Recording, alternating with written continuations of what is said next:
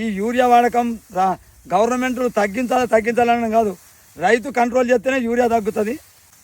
నా పేరు గోపు చిన్నముత్యం. నాది నందిపేట మండల్ బజార్ కొత్తూరు విలేజ్. నాకున్న వ్యవసాయం 15 ఎకరాలు.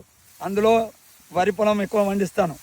ఈ పండించే మండలో ఇప్పుడు వేసింది RDR 1200 రకం. ఇది ఒక్క బస్తా యూరియాకు 100 బస్తాల 40 కిలోల బ్యాగులు 100 బస్తాలు వెళ్ళినాయి.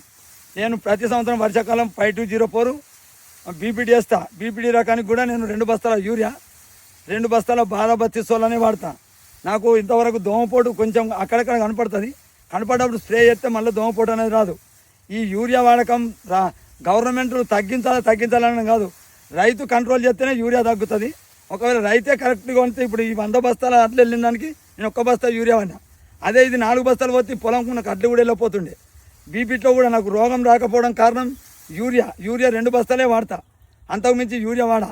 నేను అందుకోసం నాకు బీపీటీ కూడా కంటిన్యూగా 5 సంవత్సరాలు కంటిన్యూగా 2 ట్రాక్టర్లు వెళ్తున్నాయి.